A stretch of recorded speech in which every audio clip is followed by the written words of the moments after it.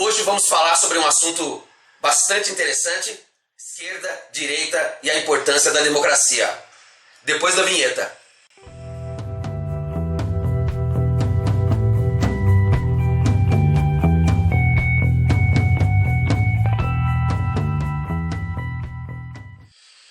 Então, muita gente emite opiniões a respeito de suas próprias necessidades e do seu ponto de vista sobre o mundo, e opinião não é argumento.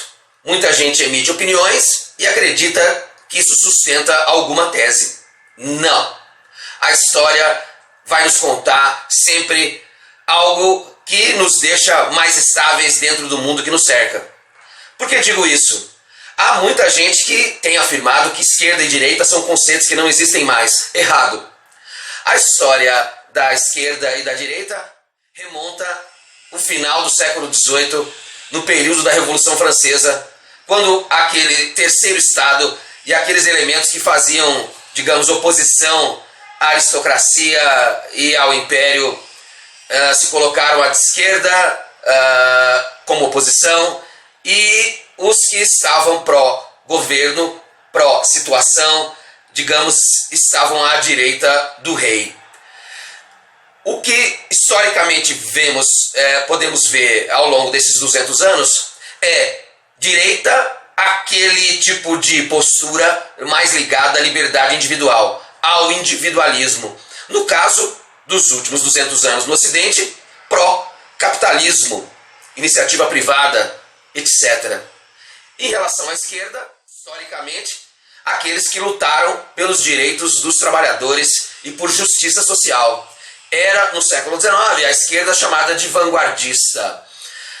Vamos observar que, no caso brasileiro, nesses últimos anos, a esquerda tem se colocado historicamente em oposição à ditadura, em oposição às privatizações, porque considera isso algo ligado a interesses de poucas pessoas. Ser de esquerda não significa necessariamente ser comunista, como muita gente apressada afirma. Ser pelo Estado, vamos generalizar a questão da esquerda.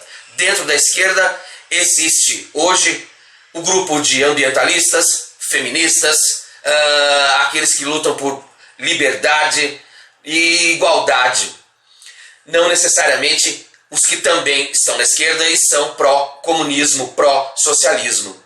Hoje a esquerda brasileira abraça esse contingente de ideias. No caso da direita, vamos encontrar uma visão industrial, digamos, aqueles chamados empresários, empreendedores, aqueles que estão nos meios de comunicação e que ditam as regras em relação ao mercado de trabalho. Muita gente ainda insiste em falar em crise econômica simplesmente para que apareçam gestores que possam, então, arrumar a casa, lidar com a economia, como se a coisa pública fosse apenas uma empresa que pode ser comandada por uma pessoa.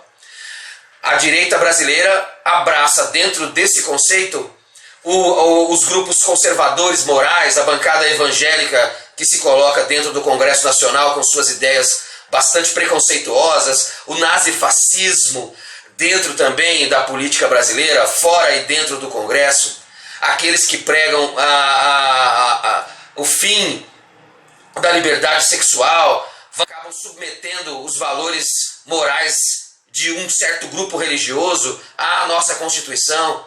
A direita brasileira, ela acaba se transformando naquela que procura valorizar o capital, valorizar o mercado externo, e também agrega aqueles conservadores que naturalmente vão gostar dessa diferença de classe e acreditam mesmo que existe uma hierarquia para que o país, uma hierarquia vertical, econômica, para que o país possa continuar andando.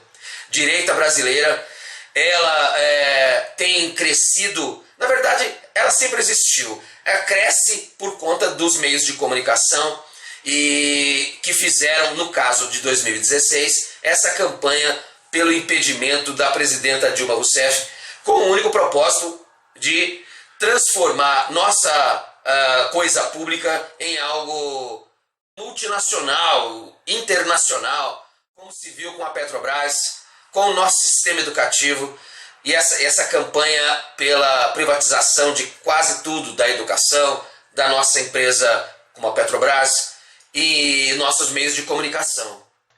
Pois bem, qual a importância da democracia? Democracia é o poder que emana do povo, que é ligado ao coletivo, que permite participação de todos. E ele evita, por exemplo, que uma nação seja governada apenas por um grupo específico de pessoas. A democracia valoriza a liberdade de pensamento, a troca, a rotatividade de poder, o debate de ideias. Enfim, a democracia é aquilo que permite um conceito de união, de coletividade, de trabalho em grupo, para que todos possam, então, usufruir do bem público e usufruir do trabalho coletivo dentro de um país. É muito triste, de novo, ouvir ou ler de muita gente escolada que hoje, no Brasil, por exemplo, não existe esquerda ou direita. Isso é bastante tendencioso e não faz bem para a história da nossa educação. É isso. Até a próxima.